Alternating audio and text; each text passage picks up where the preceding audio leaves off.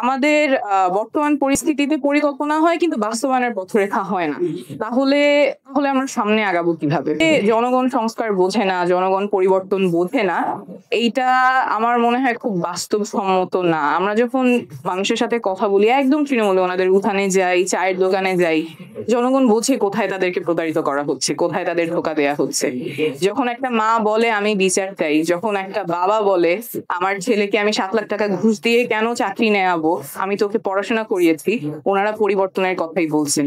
যেই নেক্সাসের মাধ্যমে পাওয়ার, বিজনেস এবং বিউরোক্রেসি, অর্থাৎ যারা ক্ষমতায় থাকেন, রাজনীতিবিদরা যারা ক্ষমতায় থাকেন, যারা ব্যবসায়ী আছেন, যারা আমলাতন্ত্র আছেন, সেই নেক্সাস মিলে যে আমাদের একটা অসম সমাজ তৈরি করা হয়েছে, একটা দারিদ্র্যের মধ্যে আমাদেরকে ফেলা হয়েছে এবং আমাদের যত সুযোগ সুবিধা নাগরিক হিসেবে পাওয়ার কথা সেই জায়গা থেকে যে বঞ্চিত করা হচ্ছে, এটা মানুষ বোঝে।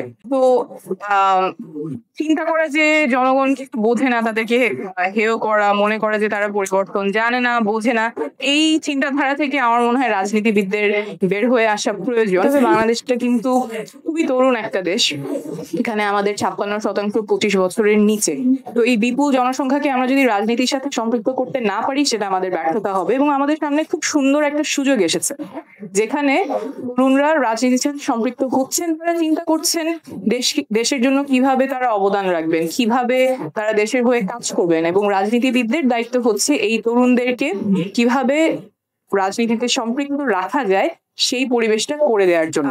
আমার মনে হয় আরেকটা বড় গ্রুপ যেটা অভ্যুত্থানের সময় আমাদের জন্য খুবই সহায়ক ছিল, কারণ দেশে যখন অনেক ধরনের অত্যাচার নিপীড়ন চলছিল, রিপ্রেসিভ রেজিমে দেশের ভেতরে থেকে অনেক কিছু করা যায় না, কারণ আন্দোলন বা সংগ্রাম বা কথা বলতে গেলে অনেক ধরনের দমন পীড়নের শিকার হতে হয়। কিন্তু যে বাংলাদেশিরা দেশের বাইরে থাকেন, তারা তখন আমাদের আওয়াজ হয়েছিলেন, তারা তখন তাদের এমপিদেরকে জানিয়েছেন, মিডিয়াকে জানিয়েছেন, রেমিটেন্স বন্ধ করেছেন।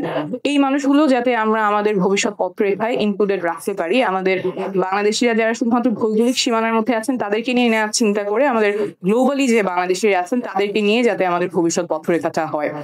এবং আমরা সবাই ইনক্লুসিভ ডেমোক্রেসির কথা বলি। ইনক্লুসিভ ডেমোক্রেসিতে আউট অফ কান্ট্রি ভোটিং, অর্থাৎ যারা প্রবাসী আছেন তারা যাতে নির্বাচনে অংশগ্রহণ করতে পারেন, এটার পক্ষে খুব শক্ত এভিডেন্স আছে।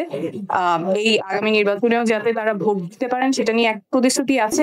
আমাদের সব ধরনের জনগোষ্ঠী, জনপদ যাতে রাজনীতির সাথে ইনক্লুডেড ফিল করে। রাজনীতিটা এতদিন যেমন খুব সীমিত একটা পরিসরে হতো, মনে হতো এলিটটা জায়গা, এখানে সবার অ্যাক্সেস নাই, জনগণের অ্যাক্সেস নাই, জনগণ হচ্ছে এবং রাজনীতিটা হয় অন্য একটা জায়গায়, একটা অধরা জায়গায়। সেরকম যাতে না হয়, রাজনীতিটা যাতে সবার হয়, সবাই যাতে মনে করেন এটা আমাদের জায়গা। আমার মনে হয় এরকম যদি আমাদের ভবিষ্যৎ পথরেখা থাকে, তাহলে সেটাই বাংলাদেশের জন্য অনেক কল্যাণকর হবে।